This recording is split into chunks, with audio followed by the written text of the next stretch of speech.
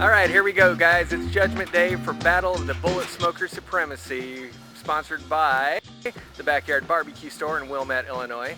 Here are the two contenders. We're going to break them down in a little bit so you can check them out inside, outside. They've both been put together, as you can see, but neither one of them have been fired up yet. So we've got Smokey J's Barbecue out of Mattoon, who's going to be helping us out. All right, here we go. Both smokers are all broken down, showing the different segments, different pieces. This is the main body section of the Weber Smoky Mountain. It was all pretty easy to put together. This one, we did have to put those braces on the inside, brace those in, but that took 5 minutes to do. Just a wrench and a screwdriver did that. Got a couple of grates to fit in there as well. The water pan, we've already put some water in. This is the base of the Weber. As you can see, it has a nice sturdy grate down there and a charcoal ring that fits around. It seems to be pretty fairly thick gauge metal. I don't think it's the same gauge as the rest of the body. Is it, Jason? No? Okay. But you load your charcoal in there as we're going to do. We're going to be using Royal Oak lump charcoal. We've got one bag for each smoker so that it's all weighted the same, 10-pound bags, and we're going to check temperatures and such. The lid for the Weber, most folks are familiar with this one because the Weber's been around for, I don't know, 150 years or something. But very sturdy, very heavy material, and you know, the reason we're having this whole battle is this is a battle to see if the newcomer can hold up. Speaking of the newcomer, this one is the Pro Q XL20, broken down to its different segments. This one is 20 inches around, the Weber's 18. The fire box in it, or section of it, is just a little bit different. Instead of having a grate with a ring, this one has a whole basket. So we're going to see how that holds up, and we're going to load it down with the charcoal. It just sits right in the base of the unit. You can see the holes around it. Has one hole that drops just about basket level, and the rest of them are above, so hopefully the charcoal's not going to build up so much that it chokes it out. Now, this one to put together, these clips were already installed out of the box. The only thing that had to get put on here were the legs, and again, real simple process. Just 2 bolts in each leg. The instructions for this one were just a little bit harder to understand because it had a couple of different washers that didn't give specific directions on where to put them, but we got it figured out eventually. But very similar to the Weber, it does have 3 vents on the bottom. Moving around, this particular unit, stock out of the box, comes with 2 middle sections. As you can see here, they each have their own grate. And the water pan is huge. It's that fits around the entire bottom of it with just, maybe an inch clearance between the walls of the smoker and the water pan. The doors are a little bit different, whereas each section of the Pro Q has a smaller door, but it is riveted on or latched on with a hinge, and then it has a twist knob so that you can access the firebox as well. If you're not familiar with the Weber door, it's quite a bit bigger, but this one, you turn the knob to open it up and it comes completely out. So some disadvantages and advantages for both of them as far as the door category goes. And we're going to talk with Jason Duhamel from Smokey J's Barbecue and get his thoughts, because he is the Weber man. There it is, proof that he is the Weber Smoky Mountain man. This is Jason Duhamel from Smokey J's Barbecue, sponsored by Diesel Speed Truck Stop, or Truck Shop, I see. Yeah? Yeah. How about that? Now, is that your company? It's my friend's company. Good friend's company? Oh, good for him. Good for him. So we're doing the Battle for Bullet Smoker Supremacy presented by the Backyard Barbecue Store in Wilmette. And Jason is our in-house Weber guru. He's going to make sure this is a fair and honest contest, and we're going to be firing up some things. So in your initial observations, Jason, what do you think about these?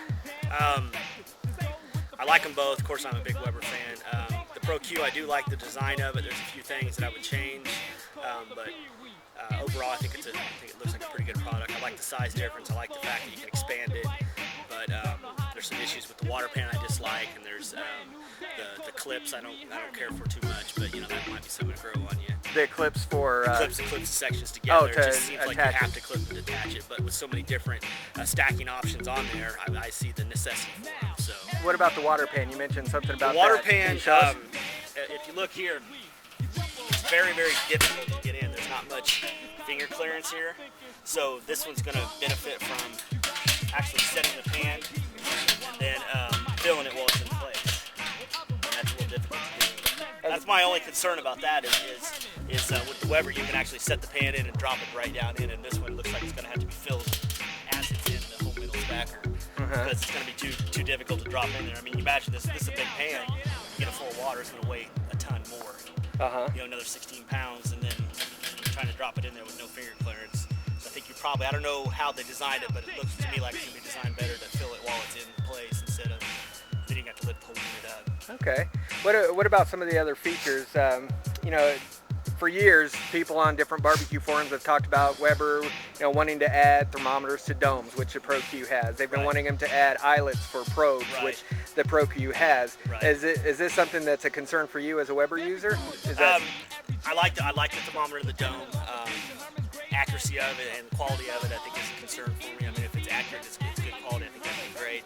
You know, we all go back to the ECBs, the Brinklets that had the thermometer in the dome, and they were never that good. But if this is a good quality thermometer and it's accurate, then I think it's going to be a good plus. Okay, well, we're going to check out the accuracy of the thermometer in the domes. We're going to monitor temperatures on different grates. Food-wise, we're not going to do anything real major today. We are going to put fatties on each one, and we're going to do some chicken wings as well, because we're holding this battle for barbecue, or bullet smoker supremacy, in conjunction with the Holy Smoke Backyard Barbecue Cook-Off, and it's just a one-day contest. So we're going to get these things fired up, and we'll be back.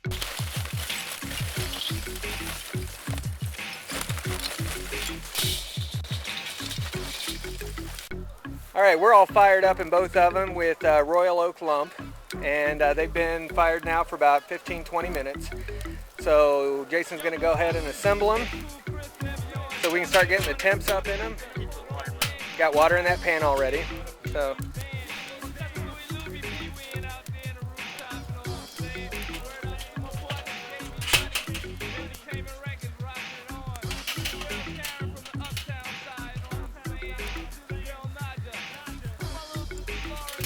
Now that you've been kind of checking these out for a few minutes, any thoughts on how these things fit together? Fits together nice. The latches seem to work nice. More time consuming to put together, but would make it a little easier if you had to move it. Yes, definitely. Definitely, you could pick this thing up and move it if you had to. And when I did fill the water pan in the section, it wasn't that hard to carry by the two handles.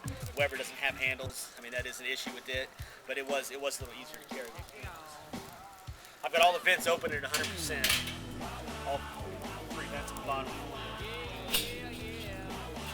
We just want to close these and let them get up to temperature. Before you latch out now, let's look at the inside of the lid on this.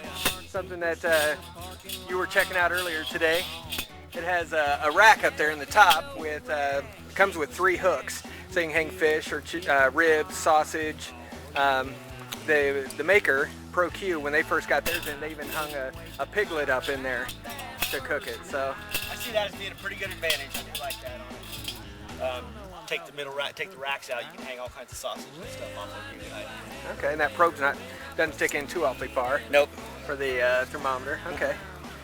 So we'll check it out and see how accurate that probe is for it too. It does have eyelets on it too. To be able to check our.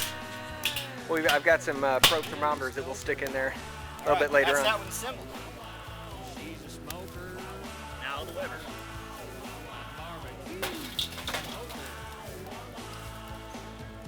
Always a concern with the water pans with this one too. You have to drop it in. Coming in over the heat. Got the gloves. Okay. We'll go get some gloves and we'll